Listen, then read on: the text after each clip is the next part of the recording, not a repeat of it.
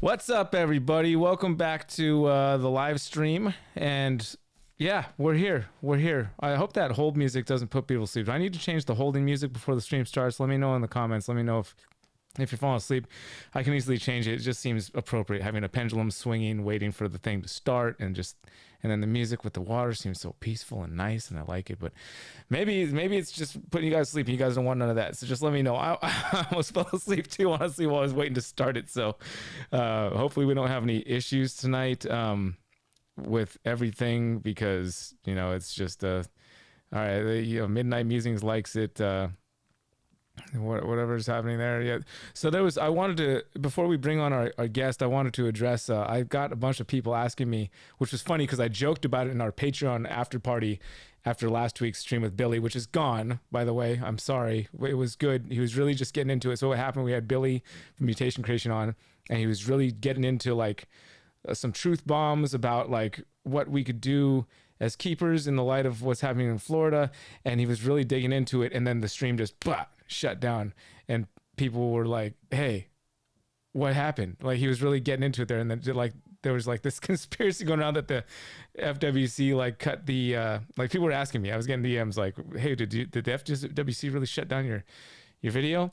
And I just want to tell you what happened. Okay, my kids were upstairs, and one of them, I'm not going to call out who did it, but one of them dropped something behind the couch, which landed on the on-off button on the surge protector that powers my modem and router up there, and shut off my internet. And it took me a while to figure out what had happened. By the time I had figured it out, basically the stream was over anyway, because we were at the end of the stream. And then I couldn't figure out how to end the live stream after the internet got turned back on and everything rebooted. So I just had to delete the video to stop it from streaming, or else it seemed like it was going to stream forever. So that's what happened. And that's what happened. So yeah, Midnight. My kid is an undercover FWC agent. I guess that's what happened. But thank you guys for being here tonight. We're going to bring on my buddy Travis. And if you don't know Travis, he and I have done pairings together with blood pythons. He used to live just in the next town north of me, and we used to hang out a lot. And then he left the state, so we'll kind of chat about that. But yeah, thank you guys for being here. You're watching Triple B TV.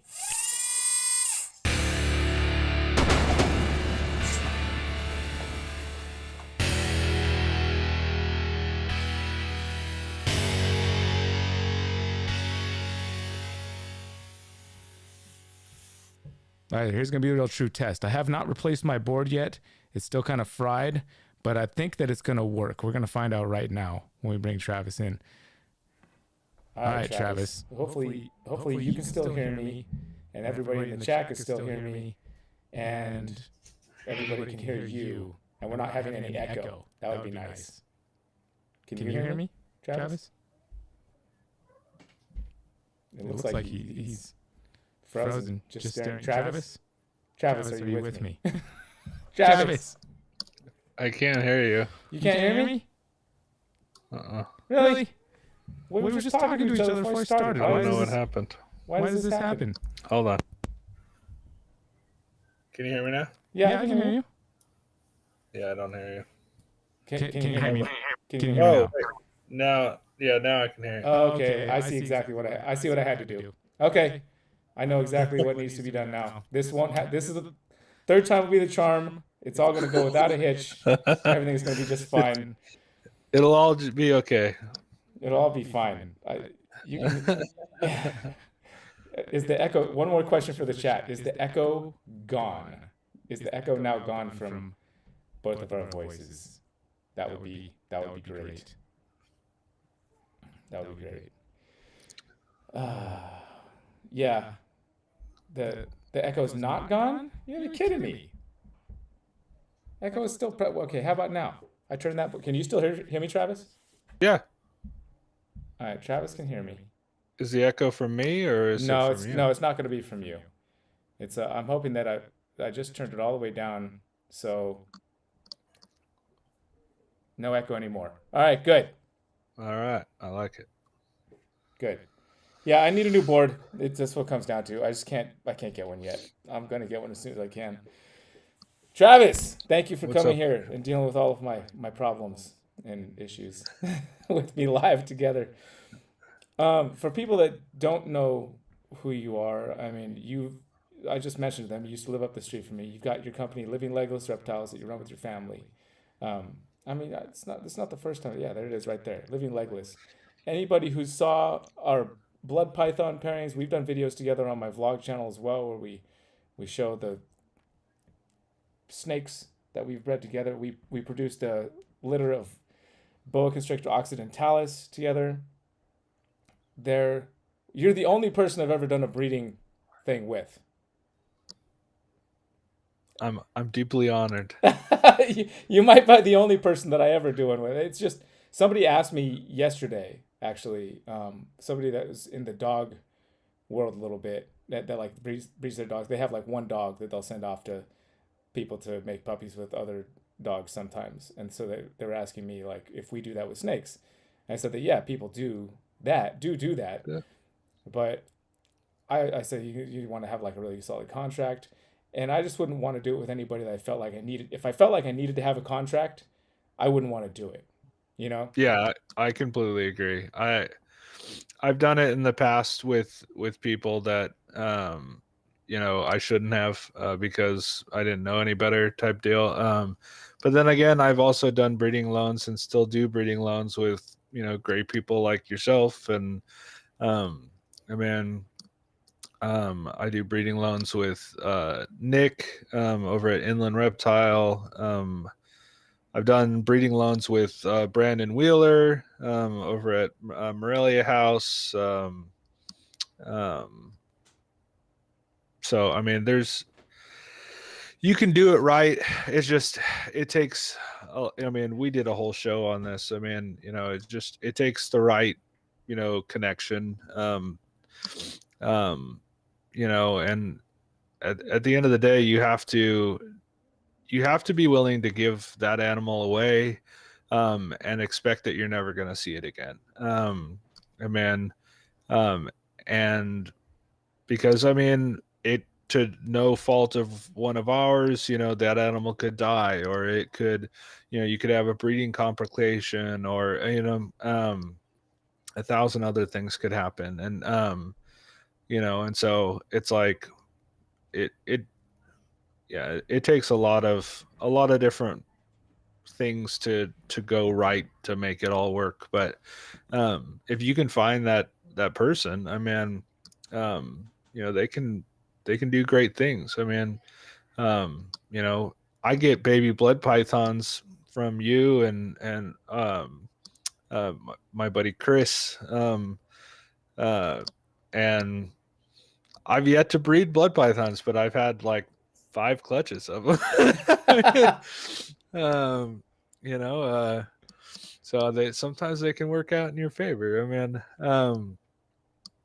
but yeah, I mean, it's a lot of fun. I mean, to be able to share, the excitement of a clutch or litter, with somebody else. I mean, I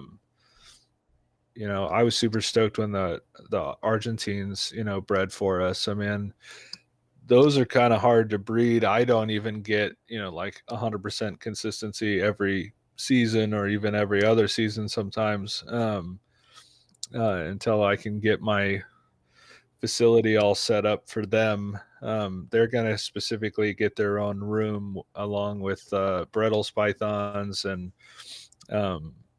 and diamond pythons and a couple other species like that. So once I get that set up, I'll be able to dial in, those species. But yeah, I mean, breeding loans are fun if they're done with the right people. They're a lot of fun.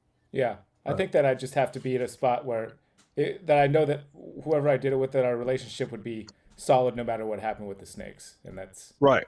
Yeah, that was like our conversation. I mean, when we first were going to do the bloods, it's like, hey, at the end of the day, it doesn't matter what happens with this clutch or this pairing or whatever, as long as you and I can remain friends afterwards. I don't care what happens with the babies. You know what I mean? I don't care what happens to the animal I'm giving you, et cetera, et cetera. I mean, So yeah, I mean, at the end of the day, that's all that matters.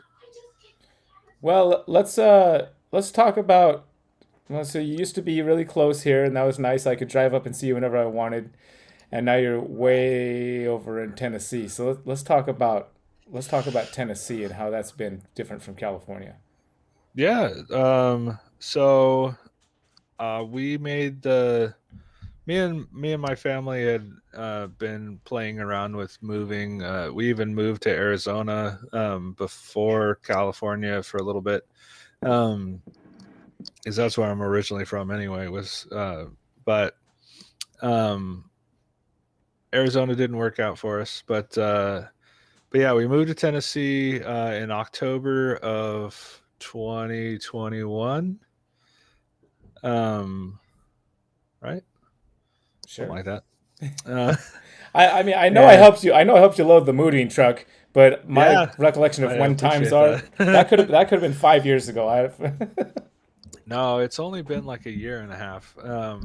But yeah, we packed up the U-Haul with all of our stuff. I packed up the kids, the dogs, everybody in my Forerunner, all the reptiles.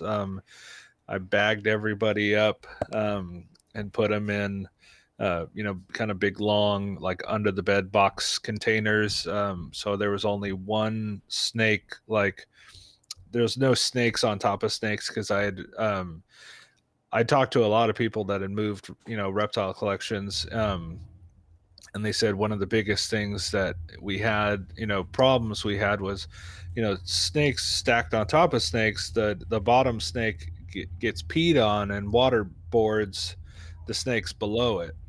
Um, waterboarding with pee sounds yeah, nice.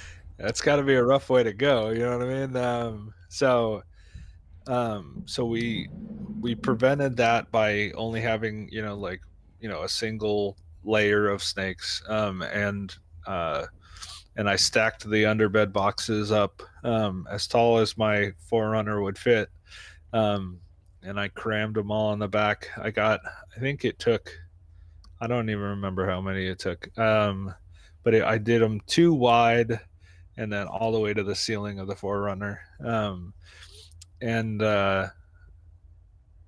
it was some 300 snakes or something like that. It was brutal. And then we started out the drive to Tennessee. It took us 3 days. We stopped in Flagstaff and unloaded the entire car of snakes, dogs, kids, out into the um, uh, um, a hotel Hotel room. room. Slept a couple hours, loaded it all back up, drove for 16 hours or something like that.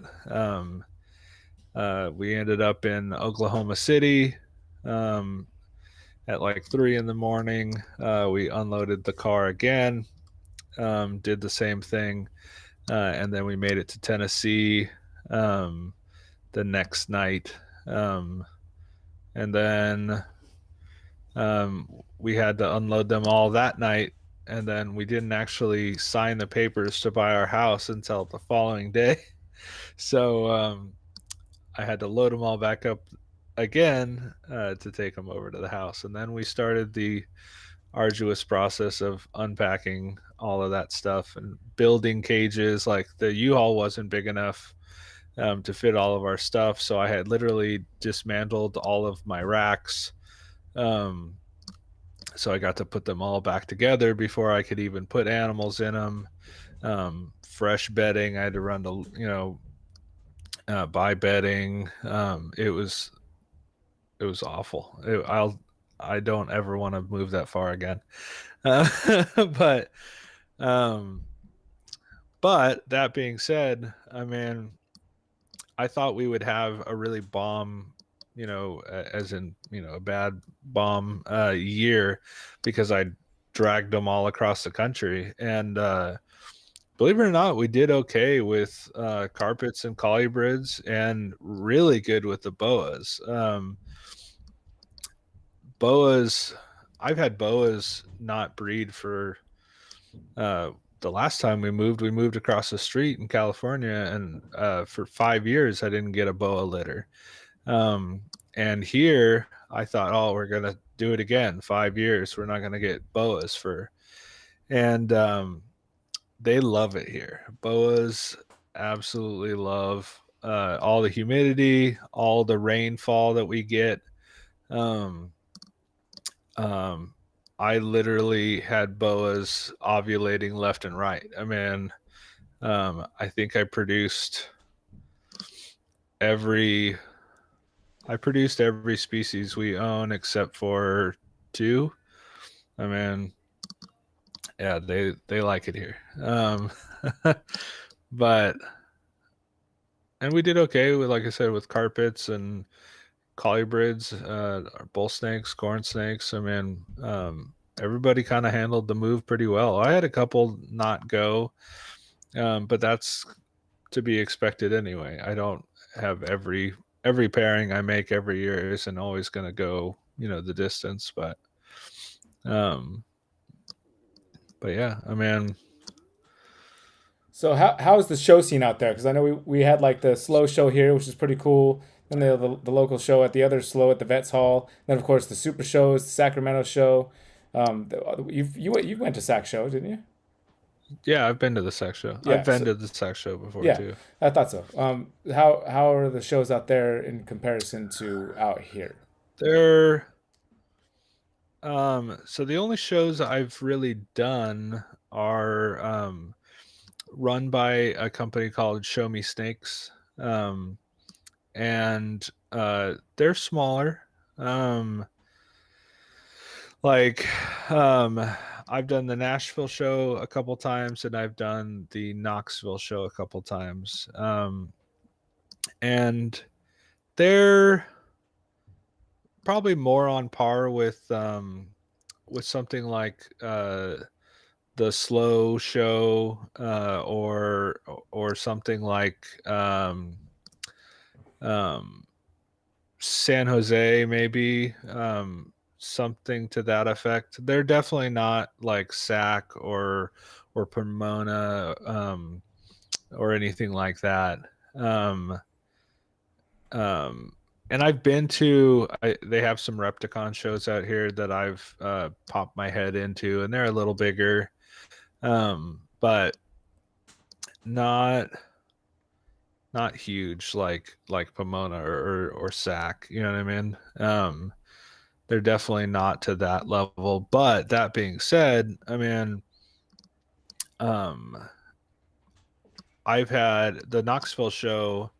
The very first Knoxville show we did here was the best show I've ever done ever. Like, as far as sales are concerned, it was the best show I've ever done. I Wow. mean, yeah, I went home with very little of what I brought, and killed it in sales. I mean, Why do you think that was? Like, what do you attribute that to?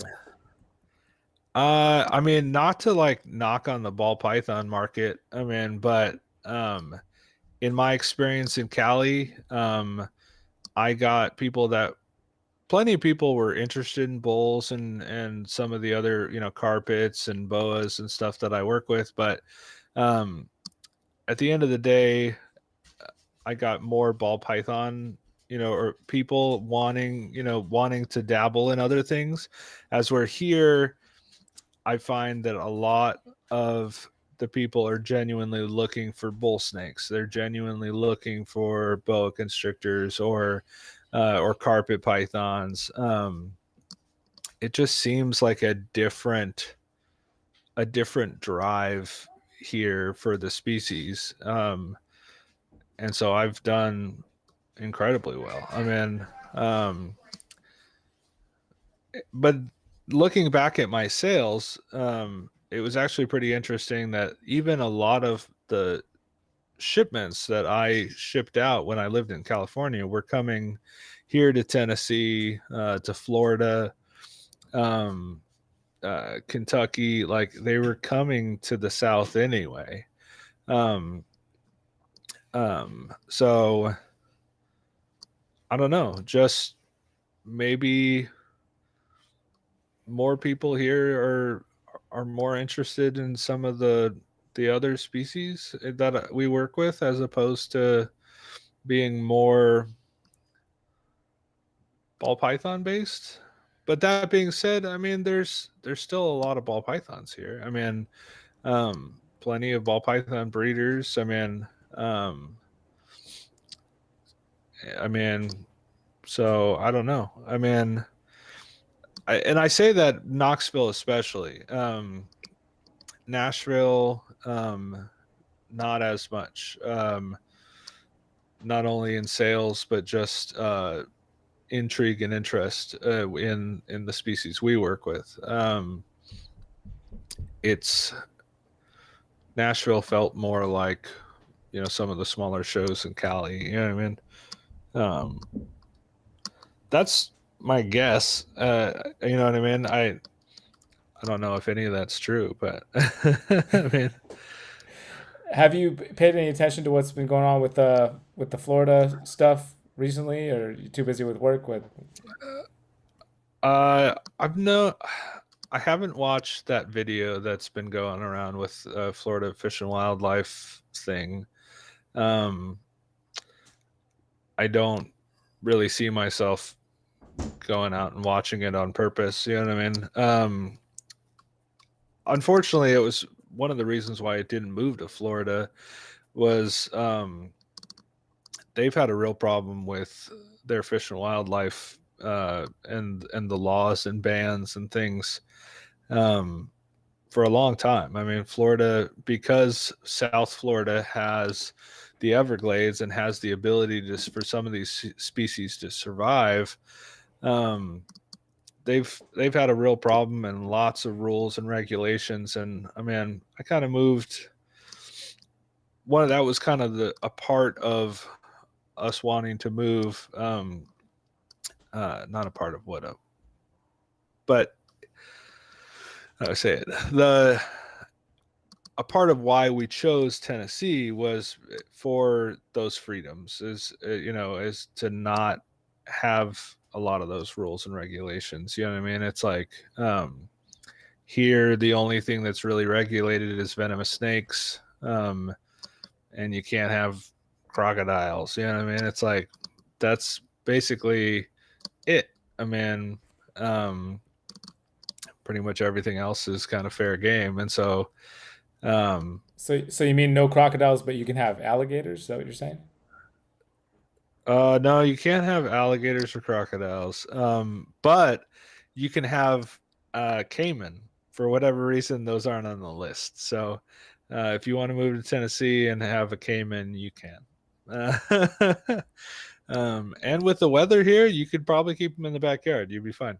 You'd have to bring them in during the winter or Oh, I was something. okay. I was gonna say, what are you I talking mean, about in the snow? yeah, it snows here. Yeah, yeah. I figured you had some snow, but Yeah. it it's like the perfect kind of snow though, because it'll snow and then you'll have it for like 4 or 5 days and then it'll go away. It'll melt. Like, so it's the perfect amount of snow. Like, I'm not into shoveling snow to go to work or nothing like that. So yeah, I have never had to shovel snow to go to work, only to leave vacation. yeah. Yeah, we don't have to shovel snow here. It's you might have to put some salt down on the driveway for the ice, but other than that, um, no shoveling snow. But yeah, no, I haven't paid very close attention. I mean, I feel bad for anybody that lives in Florida. I mean, as far as their reptile collections are concerned, it's always been kind of rough and have to jump through a lot of hoops, and um,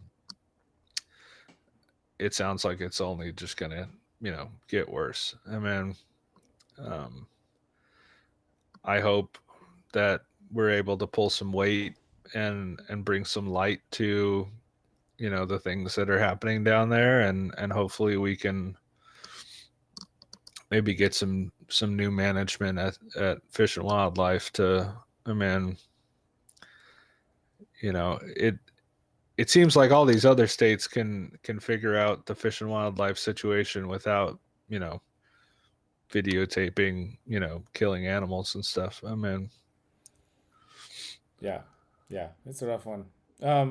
Well, shoot, man. Anybody in the chat, if anybody has questions, Travis, we're about to move into the after party section of tonight. We got a couple more minutes left. If anybody wants to ask a question to Travis directly here through the chat, go ahead and do that right now. Otherwise, we will be moving to the after party, and there's a link in the description if you want to join us on the after party, and he could see your face too instead of just. So if you want to ask him things that are like crazy and weird, you want to be anonymous, do it here in the chat. Don't do it in the after party. So we'll see we'll see your face in the after party. you'll have to read me the chat questions if there are any, because Yeah. I couldn't see. Oh, I thought you saw them because somebody had asked a question a little while ago and you like answered it while you were talking. So I thought that you just saw it. So I was like, okay, good. Oh no, yeah, no, I couldn't seem to figure out how to. I can't split screen to get the chat up. So Wait, let me say this: you did a great job of answering the question that was asked in the chat without knowing that you were answering it. So congratulations. what was the question? The question was let me go back, see if I can find it. I can scroll it, but you can't scroll it on the live screen, at least. Scroll. I feel you know how much of my life seems like it's scrolling these days. Scrolling, yeah. Oh my gosh, that's dude. the way of the world, man. Oh, I was sitting there today looking at something and thinking about like what the world was like before the internet. I think I was just staring out the window. I don't remember what was happening, honestly. Oh, here's the question. Do you feel other species market is doing better than balls? Is that in your area or in general? And like I said, you answered it. So yeah, I think that's in my area. I mean, but that being said, I don't know anything about the ball market. I've never produced ball pythons. I have a pair of them, and they're really more my wife's than mine. I just pick up their poop, you know what I mean? I am getting. I have seen for the first time. We have had multiple successful locks from our olive pythons. I'm pretty stoked about that. Hopefully, I have my fingers crossed that we have some olive pythons coming down the pipe this season. I'm trying to think of what else we got going on. I think we should have eggs on the ground of zebra 50% ivories, which is a real cool project. Those should be laid any day now. It's going to be kind of a light season. I've been really busy with work.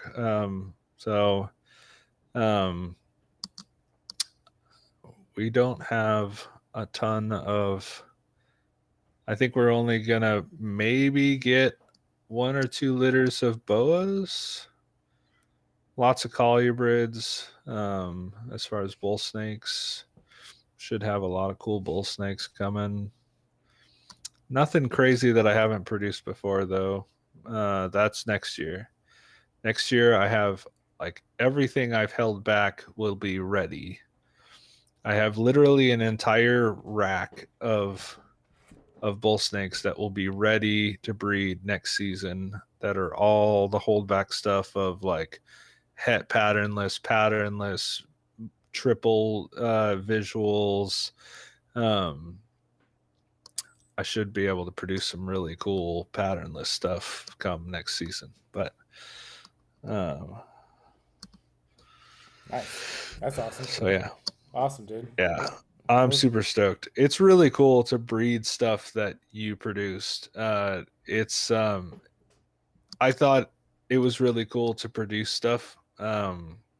And now years later, I've realized that, yeah, it's really cool to produce animals, but it's even cooler to produce stuff from animals that you've produced. I imagine you can. Sorry, go ahead. Yeah, you can go down that rabbit hole if we're talking about, one thing or another, whether it's a specific project, line breeding, something. I mean, I've made some strides in the high yellow, coastals. I've produced some real cool, different patternless and different, bull snakes and stuff from different morphs. And so it'll be really cool. I also have some new carpets coming down the pipe, some new projects that are that people don't know I have yet, which I'm pretty stoked about, but I'll leave that I'll leave the mystery there. I'm not going to produce anything from it until next season. So awesome, man. But yeah, it's like what do you call it? Oh my goodness, what am I thinking of? Oh, grandkids. I imagine that it's like, producing, because I'm with you. I've got a female that is the grandchild of the first snakes that I started pairing when I first started breeding, and we're having great grandchildren of that snake. Yeah, which is pretty fun. And I can only imagine what it's going to be like when my human children start producing children. It's kind of like that, right? Whoa! Don't rush me there, man. My daughter's gonna be 16 this year. I've been teaching her how to drive. Like, no grandkids until I'm way more older and gray. I mean, fair enough. Yeah, I'm just gonna stop talking about that because there's so many other things I could say, and I'm not gonna say them. I'm not gonna say them. All right, dude. Well, hey, we're about to hit an after party. So, anything else you want to say to the folks before I put you backstage here? no, I can't think of anything. All right, cool. Well, I shouldn't have asked you that. If anybody wants to reach out to me, I'm always happy to chat. Reach out to me, phone, Facebook, YouTube. I don't really do much on YouTube, but Instagram, I'm fairly up on that. So are you about to post your phone number on the screen? Is that what you're about to do? Yeah, I'm gonna link it right. No, I'm just kidding. All right, Schuster, I'll see you backstage in just a minute. Sounds good, man. All right, everybody. Thank you very much for tuning into the show tonight. Yeah, these are kind of short. I try to keep them short in respect of the guest time compared to many other live streams that I've seen out there. So that is what it is. We're doing short. We keep them short. We make them nice. Do them like that. And but we are continuing in the after party. It's part of our Patreon thing. We do have our guests join us for about 30 minutes after the stream's over to just kind of let our hair down that we don't have any longer and just kind of let it flow and just cruise for a little bit. If you want to join us for that, there's a link down in the description, and that would be cool.